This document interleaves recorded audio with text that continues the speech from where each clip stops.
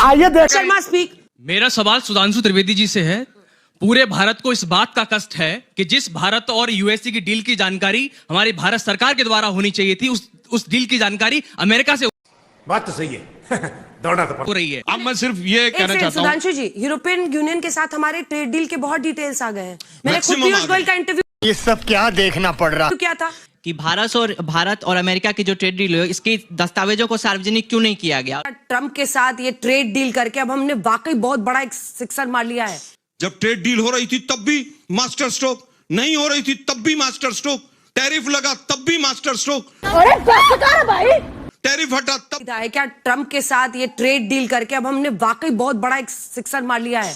क्योंकि ये बात सच है कि जो रशिया के नाम पर उसने 25% अतिरिक्त टैक्स लगाया था वो खत्म कर दिया, और जो पहले का रेसिप्रोकल 25% था उसको 18% कर दिया। लेकिन जो डर विपक्ष बता रहा है वो तो यही है कि किसानों का, ग्रेन्स का, इन सब का क्या किया? ये कैसे इतनी बड़ी कूटनीतिक जीत हो गई?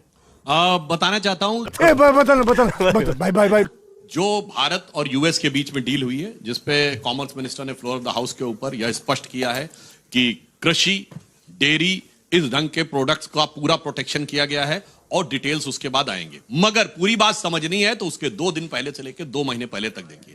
आपने सिक्सर मारने की बात कही ना, हाँ। उससे पहले भारत ने ऑस्ट्रेलिया के साथ एफटीए किया, उसके बाद भारत ने यूएई के साथ एफटीए किया, ब्रिटेन के साथ एफटीए किया। कीथ स्टेमर ने कहा कि this was the biggest ever business delegation taken by any British prime minister outside India.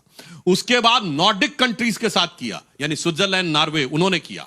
और 2 दिन पहले ईयू ने, यूरोपियन यूनियन ने भारत के साथ डील किया, जिसे कहते हैं, उसने कहा mother of all the deals. 5 हुए।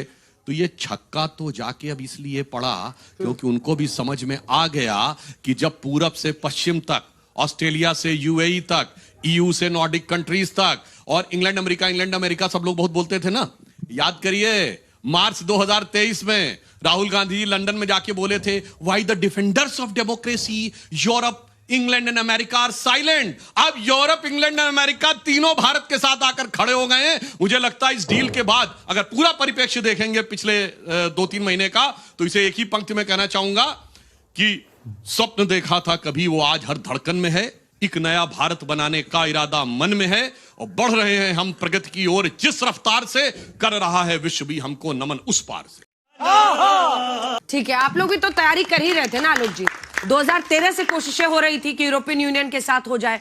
अब राहुल जी कह रहे हैं कि खून पसीना 2006 से 13 में रुक गया था। खून पसीना देश के लोगों का बेच दिया है मोदी ने। कैसे बेच दिया है? नहीं, 14 से तो मोदी जी की सरकार है, तो 14 से 26 आ गया, अब तक क्यों नहीं किया? इतना ही बड़ा मदर ऑफ ऑल डील्स था तो छोड़ के क्यों बात तो सही है बैठे हुए थे? दुर्भाग्य यह है कि अपनी कमजोरियों को छुपाने के लिए ये तमाम इस तरह की चीजें हो रही। 3 महीने का इन्होंने जिक्र किया, 87 रुपए पे डॉलर की कीमत थी, आज वो 92 पे हो गई 5 साल में। जिस दिन यूरोपियन यूनियन से हुआ उस दिन यूरो की कीमत 3 रुपए बढ़ के 110 पार चली गई थी। रिजल्ट क्या है उसके ऊपर नहीं।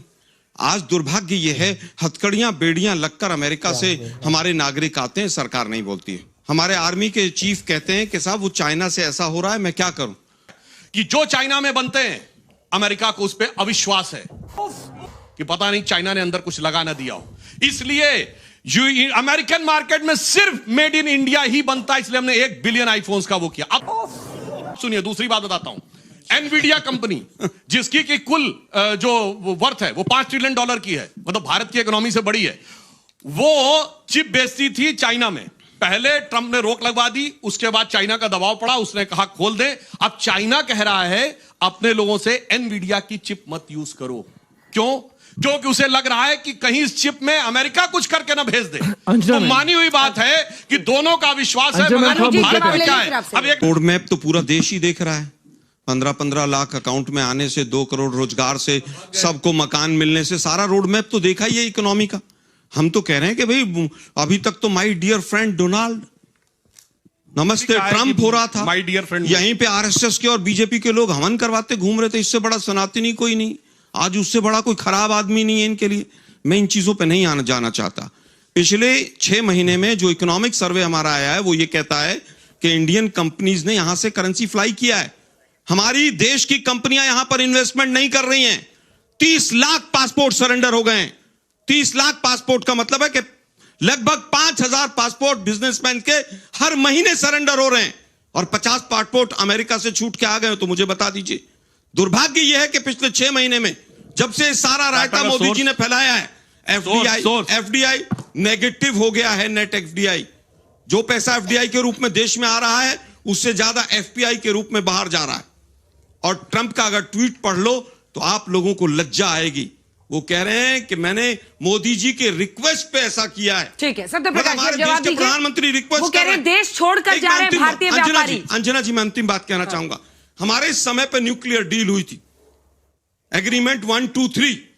पहली हिंदुस्तान के साथ अमेरिका ने उससे क्या हुआ? बाइलेटरल न्यूक्लियर, एक मिनट रुको ना भाई, रुको ना, बताता हूं मैं क्या हुआ।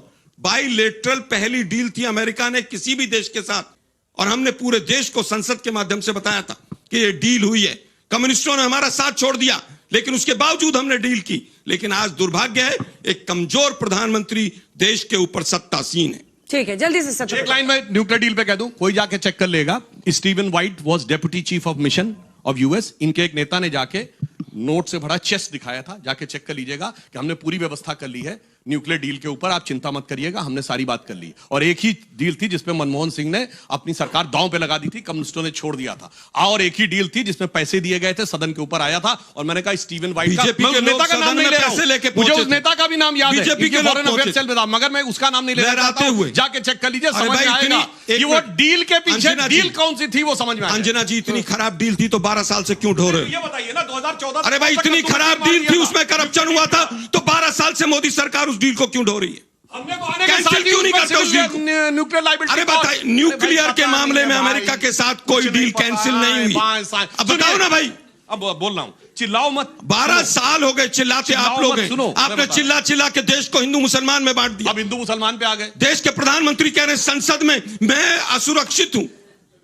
आप में से कितने लोग मानते हैं? जल्दी से कंप्लीट कीजिए सर, इन दोनों को फिर क्रिएटिव समझ आ दी। अरे टीम प्लेयर बनिए आप लोग, टीम में 3-3 लोग हैं, दोनों खाली कैप्टन ही बोलेगा क्या? एक छोटा सा सवाल, यहाँ पर इतने लोग बैठे हैं, इनमें से कोई मानता है कि देश के प्रधानमंत्री संसद में असुरक्षित है?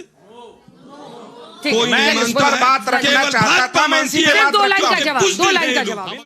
तो दोस्तों, आपने पूरी डिबेट देखी, अपना राय जरूर बताना कि कैसे सुधांशु त्रिवेदी ने जनता के सवाल सुनते ही कटाक्ष करने लगे और फिर उल्टे सीधे करने लगे सवाल आलोक शर्मा से। यह बात सुनते ही अंजना कश्यप ने उन्हें अपनी भरी डिबेट से जाने के लिए कह दिया और जनता में बच गया हाहाकार कि कैसे ही सुधांशु त्रिवेदी की मजाक बन गया।